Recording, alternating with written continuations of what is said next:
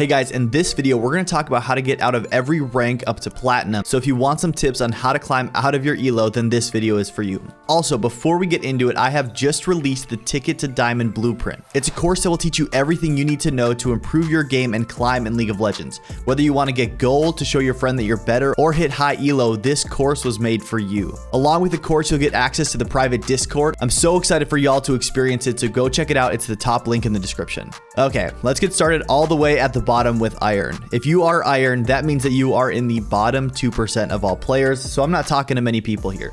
The reality is that this rank is really bad, but it's not always your fault. Usually in this elo, players have horrible ping and hardware restraints that holds them back from playing the game in its most basic sense. I had someone on my earliest videos tell me how his internet was so bad that he played on a constant 200 ping with barely 300 frames. So if this is you, try and figure out a way to fix some of those issues so that you can play the game. I know there are some situations where you can't do much, so just know that you'll be at a disadvantage when you do try to play. When it comes to gameplay, I consider iron and bronze basically the same rank, so let's hop on over to bronze and see what you have to do in order to escape.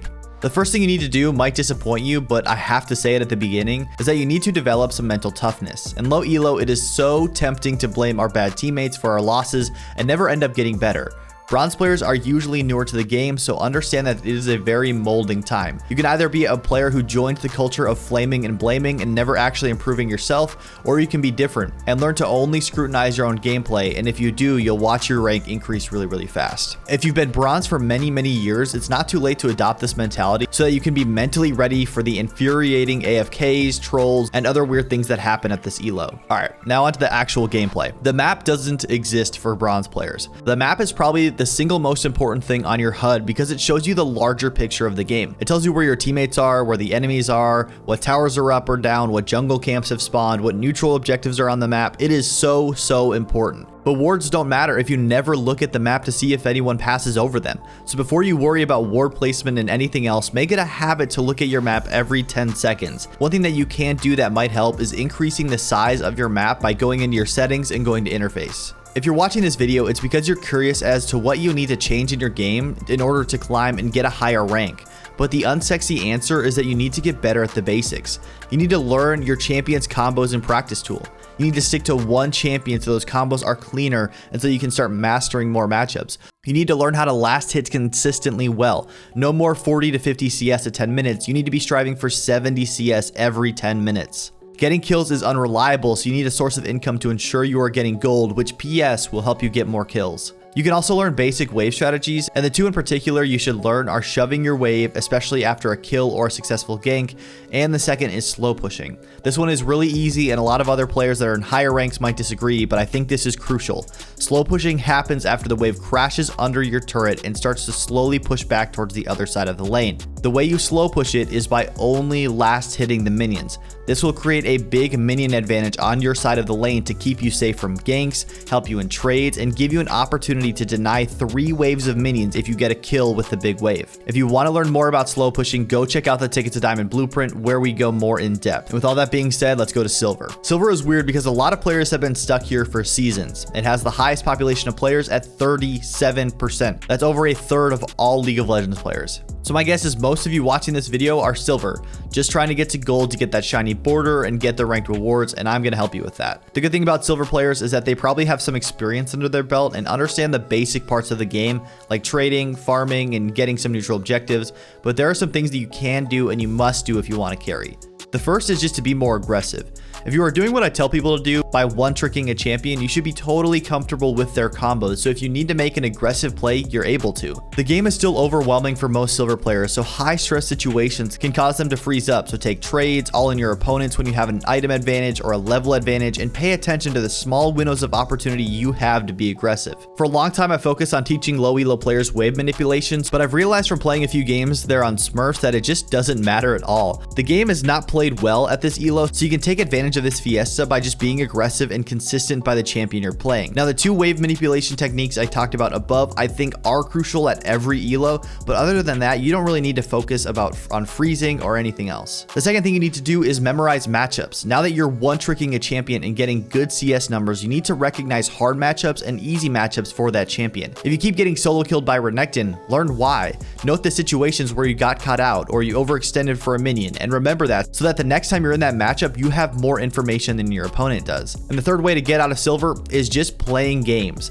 Getting out of silver is easy if you play enough games, and this is twofold. First, you're getting more experience on your champion and getting these matchups down, and at the same time, you're giving yourself more chances to win. I know a lot of players that say they can't climb, but they have like 20 games played. Like, one trick a champion, farm, learn to be aggressive, and you'll get out of silver, but you just need to give it the amount of games that it deserves. There's no magic pill to climb. You just need to win more than you lose, and then over enough games, that win rate will bring you to where you are trying to go. And I understand that you might get ranked anxiety and you might be worried about playing ranked, and that's normal, but just know that it doesn't matter. Ranked really doesn't matter. And if it does, then what's the difference between a bronze player and a silver player?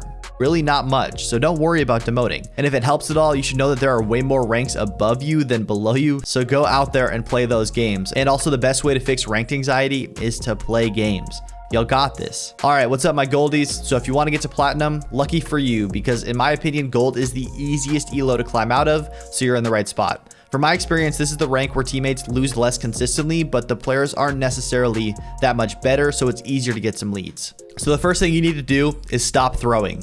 Gold is still an elo where leads are thrown around like baseballs, so if you get a lead, learn how to take care of it, increase it, and don't throw it away to the enemy team. The first way to do this is to side lane more. I'm not saying you should neglect Dragon and Baron fights, but when there's nothing else to do and when you're ahead, then go to a side lane. Don't get caught in the low elo trap of sharing gold and XP with your ADC mid. Go push in a side lane and look to flank into a team fight or take a tower. Even if you're an immobile mage, you can still do this. Just be a little bit more cautious and view the side lane as a place to quickly get some farm before recalling or joining with your team. The second way to do this is to view the enemy jungle as your jungle now. Once you start knocking down the last towers, you get access to the enemy jungle, where it is no longer safe for them to randomly wander in. You can take their XP and gold by taking their camps whenever you can, so that when your team inevitably backs off or has to reset, they have way less camps to take. It's also a great place to set a vision for a pick. Having a teammate get picked in the late game is the worst feeling in the world, so be the picker and go hunt for some players. The second way to get out is to grow your understanding of how the game should be played. If you are behind, don't fight every single dragon. Group on the third dragon and fight if you have to, but before that, just focus on farming and getting some items. Also learn that when Baron is up, you need to have it warded, and you can't be on the bottom side of the map if you don't have TP. Consistently, I see gold ADCs run to bot to grab some farm when Baron is up, and that's a huge mistake, and you lose your team fights and the Baron buff consistently if you don't learn how to reposition later in the game. But this also goes for dragons. If you have decided you are fighting for the next dragon, make sure you are there 20 to 30 seconds before it spawns, so that you can kill your enemies when they trickle in uncoordinated. It's the same concept as above. Be aggressive and look for those picks. It will give you free objectives like dragons and barons. The third tip for getting out of gold is way smaller, but it should help you get leads in the early game. Around the 10 to 14 minute mark, don't follow your opponent when they roam. Now, if you're a roaming champion like Hyana or Twisted Fate, then by all means go for it, but otherwise start knocking down those turret plates. You're denying farm and getting a kill's worth of gold for every 2 plates. Roams are always uncertain, but denying farm and getting tower plates are a consistent strategy to get ahead during this time period. Denying farm and getting tower plates are a consistent strategy to get ahead during this time period. All right, Platties, you're up. This is the ego tier and also where most players get stuck. The players here are good mechanically and generally know what to do in a game, but there are still some major holes that lose them games consistently.